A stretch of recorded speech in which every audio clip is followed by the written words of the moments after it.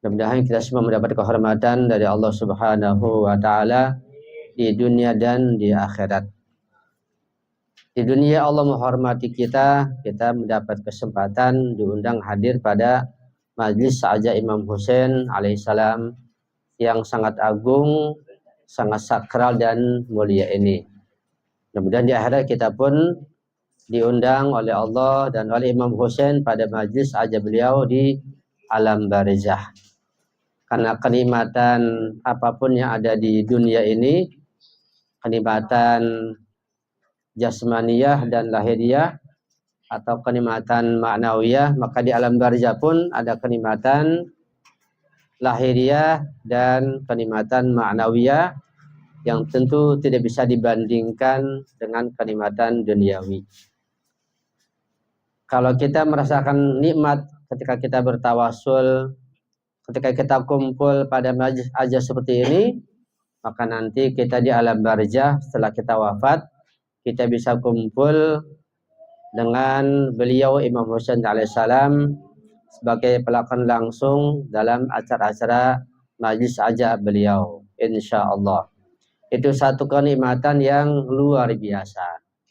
Bahkan para ulama yang berdasarkan Al-Quran dan hadis menyatakan bahwa itu melebihi kenikmatan jasmaniyah manapun ketika melihat langsung, mendengar langsung, dan berinteraksi secara langsung pada para ma'asumin di alam barzah. Betapa tidak? Kita kumpul dengan ulama saja begitu indah dan nikmatnya. Apalagi kumpul bersama Rasulullah, bersama ahlu baitnya, Imam Hasan, Imam Husain, Az-Zahra alaihissalam dan semuanya di alam barzah. Dan mereka pun mengadakan acara aja dengan sangat meriah. Semoga kita bisa berkumpul pada suatu masa setelah meninggal dunia insyaallah. Amin ya rabbal alamin. Dan kita mohon pada Imam Husain alaihissalam ketika di majlis aja beliau di alam barzah agar juga mengundang ayah ibu kita, orang tua kita, family kita, saudara kita yang kita cintai hadir di majlis aja beliau di alam barzah insyaallah. Amin ya rabbal alamin. Tentang hari Asyura musibah Imam Husain tahun ini, salah satu kelebihannya adalah hari Asyura jatuh pada hari Jumat. Mari sudah saya sampaikan di BBQ bahwa hari Jumat itu pun terjadi hari Asyura di Padang Karbala. Jikalau kita mulai tanggal 1 Muharram hari Rabu, Asyura 10 Muharram jatuh pada hari Jumat. Ya. Rabu, Kamis, Jumat, Sabtu, Minggu, Senin, Selasa, Rabu, Kamis, Jumat. Jadi 10 Asyura adalah hari Jumat. So kita bersama-sama menyiapkan diri kita untuk menyongsong dan hadir pada Asyura Nasional hari Jumat mendatang, insya Allah akan dilaksanakan. Tentang Imam Husain alaihissalam sudah banyak para mubaligh, para guru, para ustadz menceritakan tentang keistimewaan beliau.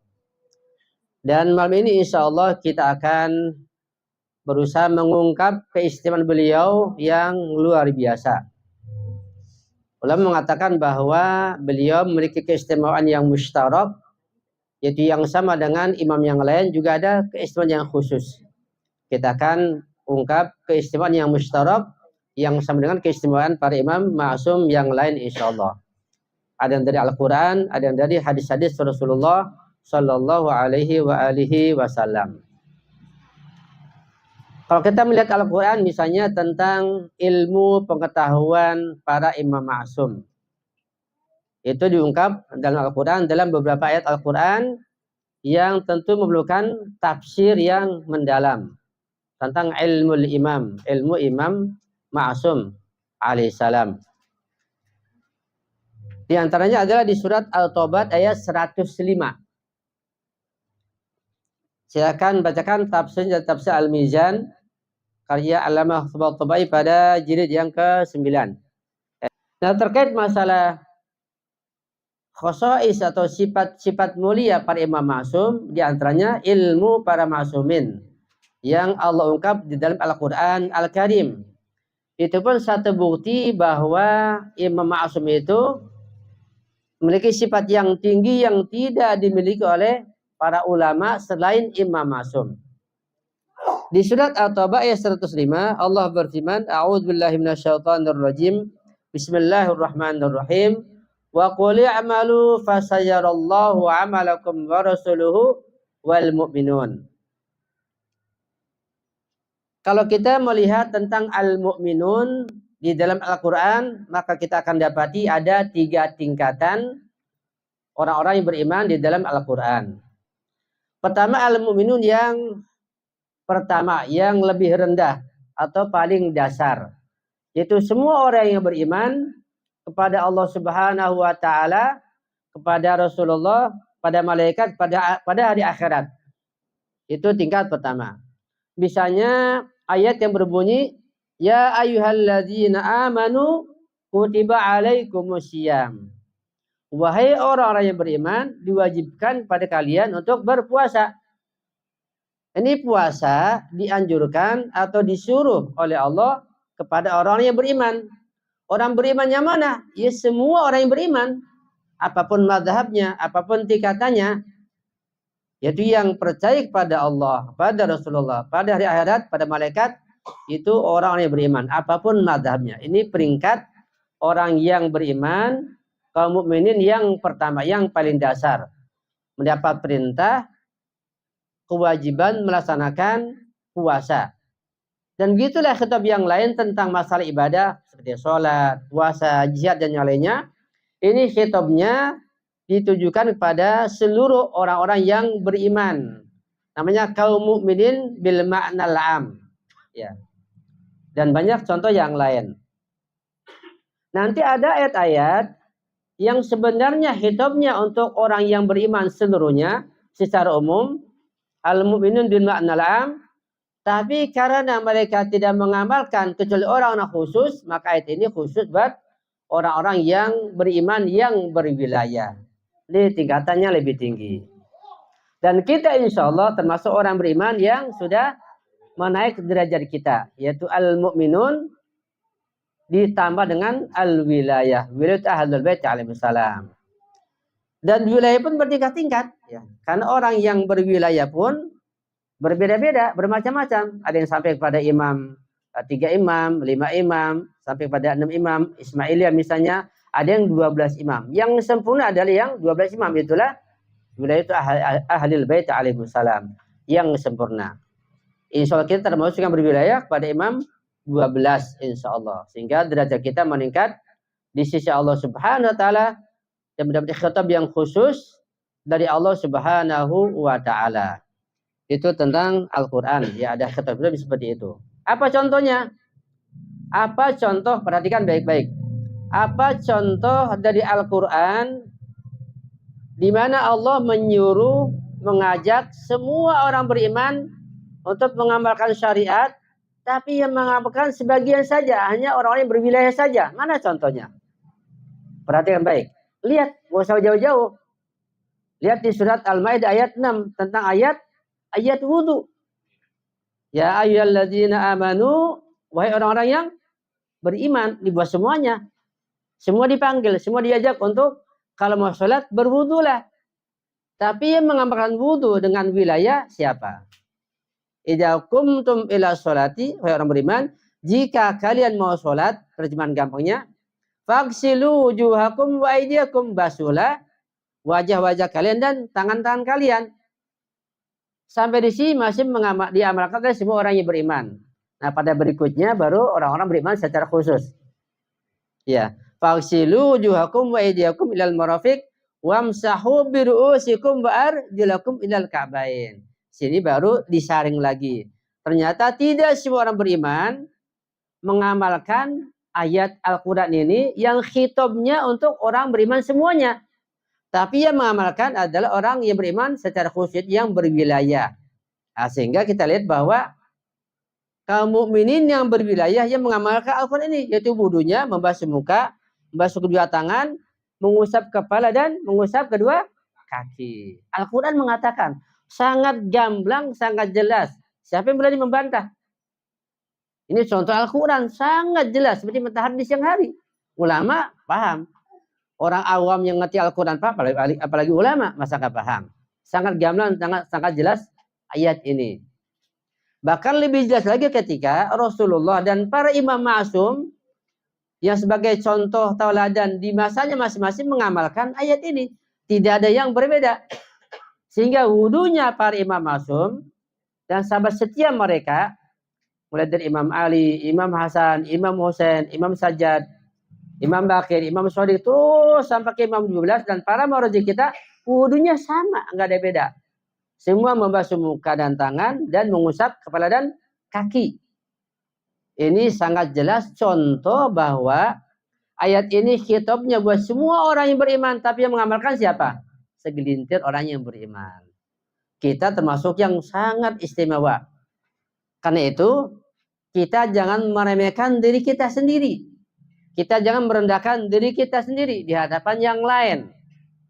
Betapa mulianya kita dapat derajat kedudukan menjadi orang yang beriman secara khusus. Bukan lagi al-mu'min bil ma'nal am, tapi al-mu'min bil ma'nal khas. Bagi pada tatanan akidahnya nanti lebih banyak lagi. Ini contoh yang kedua, ya. Yang ketiga, bahwa Al-Qur'an pun mengisahkan ada ayat yang menjelaskan tentang al-mu'minun bil ma'nal akhos. Jadi al-mu'minun di Al-Qur'an ada 3 tingkatan. Al-mu'minun bil ma'nal am, semua orang yang beriman apapun mazhabnya, mau Sunni, mau Syiah, mau Wahabi, dapat dikhitab untuk beribadah. Ini tingkat yang paling rendah. Yang lebih tinggi ada ayat-ayat yang menghitabi al-mu'minun, orang beriman, dan ditambah dengan berwilayah pada ahlul bait. Banyak juga ayatnya. Yang ketiga al-mu'minun bil ma'nal akhos, makna sangat khusus. Jadi pertama bil ma'nal am, bil ma'nal khos, bil ma'nal akhos. Tentang al-mu'minun. Nah, sekarang contoh yang bil ma'nal akhos, bahwa al-mu'minun bukan sembarangan. Ya. Di sini adalah para ma'sumin. Ini di surat At-Taubah ayat 105.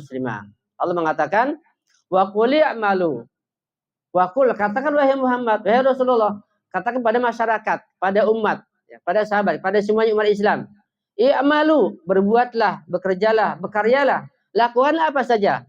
Tetapi fasayarallahu. Pertama, Allah melihat amal perbuatan kalian. Semua dilihat oleh Allah. Hakikat amal perbuatan, hasilnya, ya, sampai kepada badan barzahi, bentuk barzah amal akan dilihat oleh Allah Subhanahu wa taala. Pertama, fasayarallahu amalakum. Allah melihat amal perbuatan kalian. Siapa lagi yang melihat? Wa rasuluhu. Dan Rasulullah itu Nabi Muhammad juga melihat amal perbuatan kalian. Hakikat amal kita, batin kita, semua gerak-gerik kita, bahkan tingkatan ilmu kita, iman kita, sekarang ini Allah tahu dan juga Rasulullah mengetahui kita. Bahkan hasil amal perbuatan kita itu juga Rasulullah mengetahui. Wa qul ya'malu fasarallahu amalakum wa rasul. Siapa lagi? Wal mu'minun. Juga orang beriman mengetahui amal perbuatan kita, hakikatnya, ya, dan juga bentuk berjahi amal perbuatan tersebut. Al mu'minun mengetahui. Nah, al-mu'min di sini siapa? Tidak seorang ulama pun mengatakan bahwa dia tahu hakikat amal perbuatan sebagaimana Allah dan Rasulnya. Tidak ada. Bahkan tidak ada seorang sahabat Nabi pun, ya, tidak ada seorang sahabat Nabi pun yang dekat dengan Nabi semuanya mengatakan bahwa al-mu'min termasuk dia. Tidak ada. Tidak ada. Ini ayat sangat khusus. Ini hanya Allah, Rasulnya, Nabi Muhammad, dan para ma'sumin. Dengan kesaksian Rasulullah dan ilmu mereka. Betapa tinggi ilmu para ma'sumin yang dalam ayat ini dikatakan al-mu'minun. In al-mu'min bil ma'nal akhos. Bukan semua orang yang beriman. Ya. Ini satu bukti tentang keistimewaan para ma'sumin tidak ada pada yang lainnya. Tetapi mengapa sudah begitu menonjolnya, gamblangnya, jelasnya sifat al-ma'sumin di Al-Quran ini, sehingga sahabat pun tidak ada yang mengalahkannya, mengunggulnya, tapi masih banyak yang menolak para ma'sumin, menolak wilayah mereka. Kenapa demikian? Wa qul ya Muhammad, katakan wahai Muhammad, i'malu ma syi'tum, bekerjalah, lakukanlah, berkaryalah, ma syi'tum, sekehendak kalian. Min amalin khairan aw syarran, perbuatan yang baik maupun perbuatan yang buruk.